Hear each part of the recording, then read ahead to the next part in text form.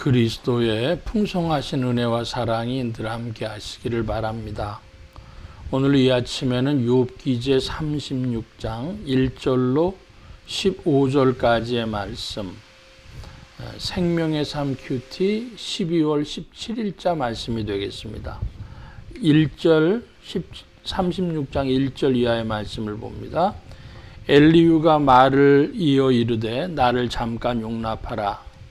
내가 그대에게 보이리니 이는 내가 하나님을 위하여 아직도 할 말이 있음이라. 내가 먼 데서 지식을 얻고 나를 지으신 이에게 의를 돌려보내리라. 진실로 내 말은 거짓이 아니라 온전한 지식을 가진 이가 그대와 함께 있느니라. 하나님은 능하사 아무도 멸시하지 아니하시며 그의 지혜가 무궁하사 악인을 살려두지 아니하시며 고난받는 자에게 공의를 베푸시며 그의 눈을 의인에게서 떼지 아니하시고 그를 왕들과 함께 왕자에 앉히사 영원토록 존귀하게 하시며 혹시 그들이 족쇄에 매이거나 환난의 줄에 얽혔으면 그들의 소행과 악행과 자신들의 교만한 행위를 알게 하시고 그들의 귀를 열어 교훈을 듣게 하시며 명하여 죄악에서 돌이키게 하시나니 만일 그들이 순종하여 섬기면 형통한 날을 보내며 즐거운 해를 지낼 것이요 만일 그들이 순종하지 아니하면 칼에 망하여 지식 없이 죽을 것이니라. 마음이 경건하지 아니한 자들은 분노를 쌓으며 하나님이 속박할지라도 도움을 구하지 아니하나니 그들의 몸은 젊어서 죽으며 그들의 생명은 남창과 함께 있도다. 하나님은 곤고한 자를 그 곤고에서 구원하시며 학대당할 즈음에 그 귀를 여시나니. 욥기 36장 1절로 15절까지의 말씀입니다. 하나님께서는 공의를 베푸시는 하나님이시다는 것을 엘리후가 계속 변증하고 있습니다. 변호하고 있는 것입니다. 5절과 6절에 하나님은 능하사 아무도 멸시하지 아니하시며 그의 지혜가 무궁하사 악인을 살려두지 아니하시며 고난받는 자에게 공의를 베푸시며 그랬습니다. 이 엘리후의 말대로 인류 역사가 딱 이렇게 어떤 존재, 인간 존재라 그러면 흔히 한 100년쯤 생각할 때 100년 안에 늘 이렇게 공의가 성취되고 왔다면 이 말씀을 부인할 자가 없을 텐데 인간의 경험으로는 그렇지 않죠. 그러나 또 그렇게만 얘기할 수는 없는 건 사필 규정이라 하는 것이 10 중에 7, 8은 8, 9까지는 아닐지라도 10 중에 7, 8은 인간 역사에서 공의가 성취되어 왔거든요. 자, 그러니 사람이 이 문제를 참 풀기가 쉽지 않죠. 또 하나님이 주시는 말씀을 인생들이 잘 헤아려 알기도 어렵습니다. 그런데 하나님이 인생들에게 해주시는 것도 있는데 이것은 10절 이하의 말씀은 귀 기울여 경청할 만합니다. 그들의 귀를 열어 교훈을 듣게 하시며 명하여 8절부터 보겠습니다. 혹시 그들이 족쇄에 매이거나 환난의 줄에 얽혔으면 그들의 소행과 악행과 자신들의 교만한 행위를 알게 하시고 그들의 귀를 열어 교훈을 듣게 하시며 명하여 죄악에서 돌이키게 하시나니 그들이 순종하여 섬기면 형통할 날을 보내며 즐거운 해를 지낼 것이요 그랬습니다. 그러니까 하나님의 의가 이 지상에서 즉각적으로 실행되느냐는 또 다른 문제고 그 한 개인에게 잣대로 들이댈 때에는 자신을 돌아보게 하죠. 아담의 자손인 인생들이 자신을 돌아볼 때에 그의 그 소행들과 교만함을 부정하기가 어려울 것입니다. 그래서 교만한 행위를 알게 하시고 그랬고 10절의 말씀해 보니까 귀를 열어 교훈을 듣게 하시고 그리고 11절에 순종이란 단어가 있습니다. 그들이 순종하여 섬기면 자 순종이란 단어를 우리가 볼 때 하나님이 나에게 직접 명하시면 순종하지 아니할 자가 얼마나 되겠습니까? 거의 다 순종하겠죠. 그런데 그 음성이 자기의 양심의 소리로 들려오고 혹은 환경과 시대의 소리로 들려옵니다. 그러니까 사람들이 이걸 구분하기가 참 어렵죠. 예를 좀 들어보겠습니다. 우리나라에 다산 정약용이라고 하는 이가 있었죠. 이분이 이제 그 당시 유교 시대인 조선에서 천주학으로 몰려가지고 귀향을 가게 됐습니다. 귀향살이를 가는데 그 귀향살이를 가서 자기가 도저히 돌아올 가능성이 안 보이기 때문에 사람들이 귀향살이를 갔다가 급격하게 건강이 나빠지면서 죽는 이들이 거의 태반이었습니다.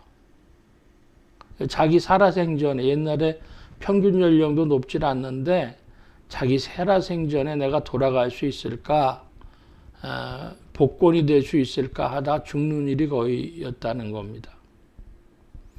근데 정약용이라고 하는 이가 주역을 잘 열심히 연구하는데 주역의 괴를 뽑아 보니까 자기의 지금 형편이 괴로운 지경에 처해 있다. 이렇게 이제 주역을 참고해서 짐작을 한 거예요. 그러면은 어떻게 되느냐? 명철보신, 자기 몸 하나 지키는 것이 중요한 일이 됩니다. 그래서 딴 거 다 잊어버리고 학문에만 열중을 했습니다. 그래서 뭐 여유당 전성가 이런 책도 쓰고 아마 다산을 연구하시는 분들이 많이 계시죠. 그래서 어느 날 한 20년 가까운 시절을 그러고 지나니까 이제 복권이 되는 거예요. 그래서 경기도 마속에 돌아와서 자기의 본가로 돌아와서 생애를 마감할 수 있었죠. 이건 흔한 일이 아닙니다. 귀향 가서 복권돼서 자기 고향으로 돌아와서 편히 죽는다는 게 그 당시는 쉬운 일 아닌데 다산은 그러니까 무슨 소리를 들었냐면은 시대의 소리를 들었어요. 그래서 거기에 순종했습니다. 그러니까 우리가 순종할 때 들어야 될 것이 있는데 양심의 소리도 듣고 시대의 소리도 듣고 환경의 소리도 듣고 잘 들어야 되겠죠. 제주도에서 참돔이 굉장히 많이 잡혔다 그럽니다.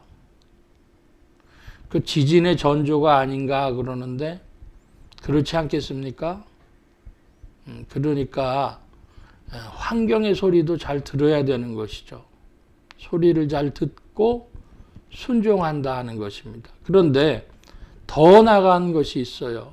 그건 뭐냐면 우리가 헤아리기, 측량하기 어려운 것인데요. 하나님의 경륜을 알고 순종하는 일이죠. 그 하나님의 경륜 안에는 하나님의 사정도 있습니다. 욥기의 출발점은 하나님의 사정이었습니다. 우리가 하나님의 사정을 어떻게 알겠습니까? 그러니까 순종, 엘리후의 말 중에 가장 빛나는 단어가 있다 그러면은 순종입니다. 순종하면 형통한 것이고 순종하지 않으면 망할 것이다. 맞는 말씀입니다.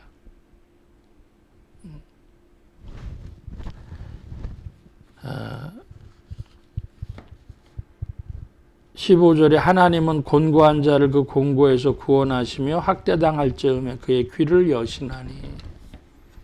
하나님은 오늘도 곤고한 자를 도우시고 또 인생들의 귀를 여시는 분이시고, 그리고 하나님은 경륜 가운데 운행하시는 분이시고, 그래서 인간의 순종을 원하시는 분이십니다. 순종하려는 마음은 어떤 마음이냐? 온유와 겸손입니다.